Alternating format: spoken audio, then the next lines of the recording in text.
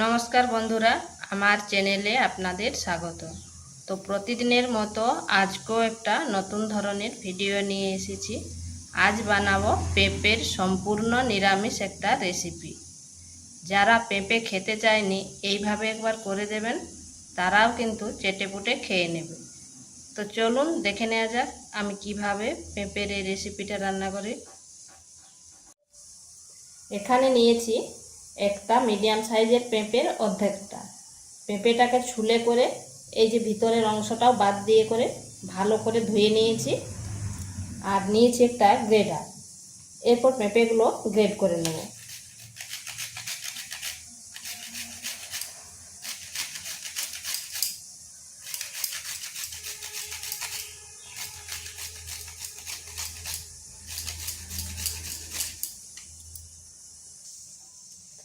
সমস্ত পেঁপেটাকে এইভাবে গ্রেড করে নিয়েছি। এখানে কড়াই বসিয়েছি, দিয়ে দিচ্ছি তেল, দিচ্ছি কিছু চীনাবাদাম। চীনাবাদামটা একটু ভেজে নিচ্ছি। তো এগুলো হয়ে গেছে, এরপর তুলে নিচ্ছি। ওই তেলের মধ্যে দিয়ে দিচ্ছি বড়ি। বড়িগুলোকেও ভেজে নেব। বড়ি অবশ্যই হাই আঁচে ভাজবেন।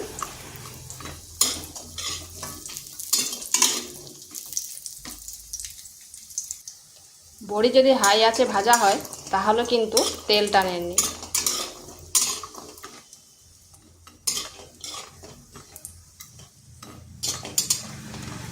তো এগুলো হয়ে গেছে, এগুলোকেও তুলে নিচ্ছি। ওই তেলের মধ্যে ফোড়নে দিয়ে দিচ্ছি 5 ফোড়ন আর একটি শুকনো লঙ্কা।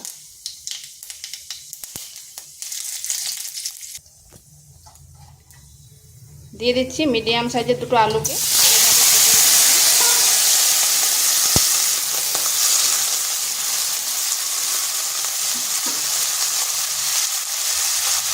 সামান্য হলুদ গুঁড়ো আর দিচ্ছি সামান্য লবণ।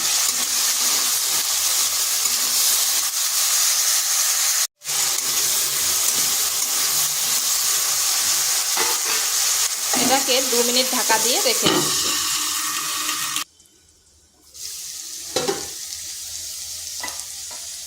মাঝখানে একবার ঢাকাটা খুলে নেড়ে নিয়েছিলাম।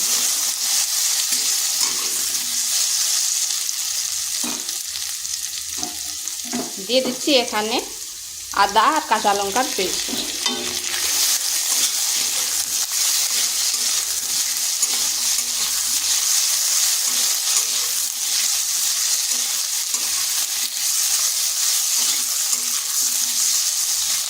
আদাটা একটু ভেজে নিলাম যাতে তার কাঁচা গন্ধটা চলে যায়।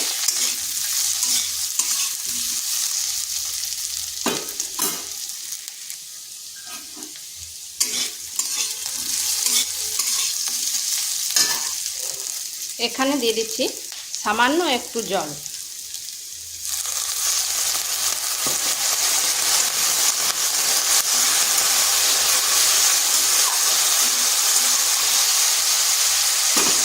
এরপর মশলাগুলো দিচ্ছি জিরে গুঁড়ো, ধনে গুঁড়ো,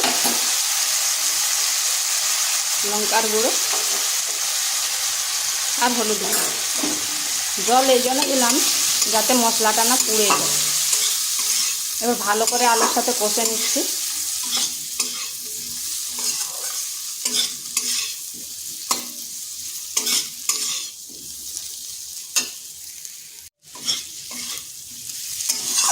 আলুর সাথে মশলাটা কষানো হয়ে গেছে,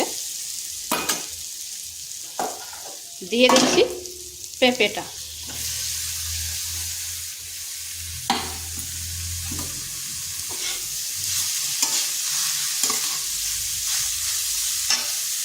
এখানে দিয়ে দিচ্ছি পরিমাণ মতো লবণ। যেহেতু আগে লবণ দেওয়া ছিল আলুতে, সেটা বুঝে করে দেবেন।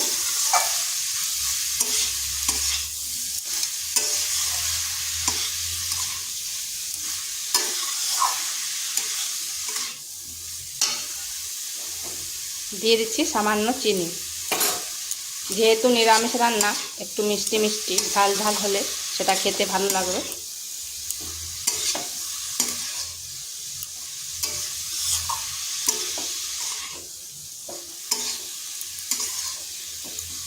এরপর আঁচটা একেবারে স্লো করে দিতে হবে। এখানে কিন্তু আমি কোনো জল ব্যবহার করব না। এই পেঁপের থেকে যে জল বেরোবে তাতে আলু আর পেঁপে ভালোভাবে সেদ্ধ হয়ে যাবে। আর ওই জন্য আঁচটা একেবারে স্লো করে দিতে হবে। স্লো করে ঢাকা দিয়ে রেখে দিচ্ছি। 2 থেকে 3 মিনিট ঢাকা দিয়ে রেখে দিচ্ছি। আঁচটা অবশ্যই একেবারে স্লো করতে হবে। এটাকে কিন্তু মাঝখানে ঢাকা তুলে তুলে এভাবে নেড়ে দিতে হবে, যাতে নিচে না লেগে যায়।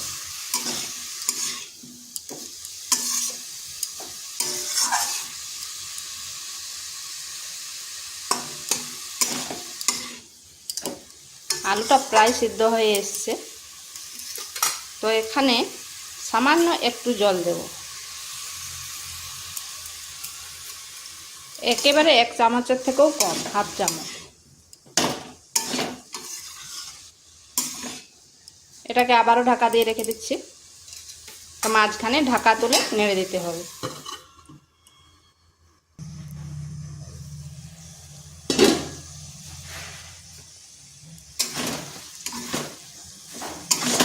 এটা কিন্তু মাঝখানে আমি নেড়ে দিয়েছিলাম, আর দেখুন আলুগুলো ভালোভাবে সেদ্ধ হয়ে গেছে।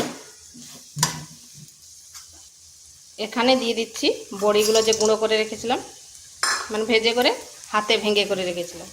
দিয়ে দিচ্ছি বাদামগুলো, আর দিয়ে দিচ্ছি গরম মশলা। এখানে কিন্তু কোনো জল ব্যবহার করিনি। তো আঁচটা একেবারে স্লোতে রেখে এইভাবে নেড়ে নেড়ে রান্না করে দিই। জল না ব্যবহার করলে এর স্বাদটা কিন্তু দারুণ হয়।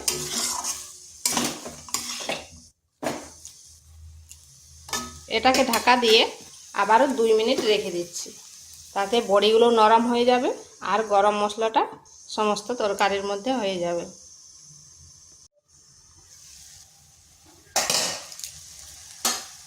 দু মিনিট পর ফিরে আসলাম, আর এটাও হয়ে গেছে। তো এইভাবে একবার পেঁপে নিরামিষ রান্না করে দেখতে পারেন। গরম গরম ভাত বা রুটির সাথে খেতে দারুণ লাগে। দেখুন দেখতে কতটা লোভনীয় হয়েছে।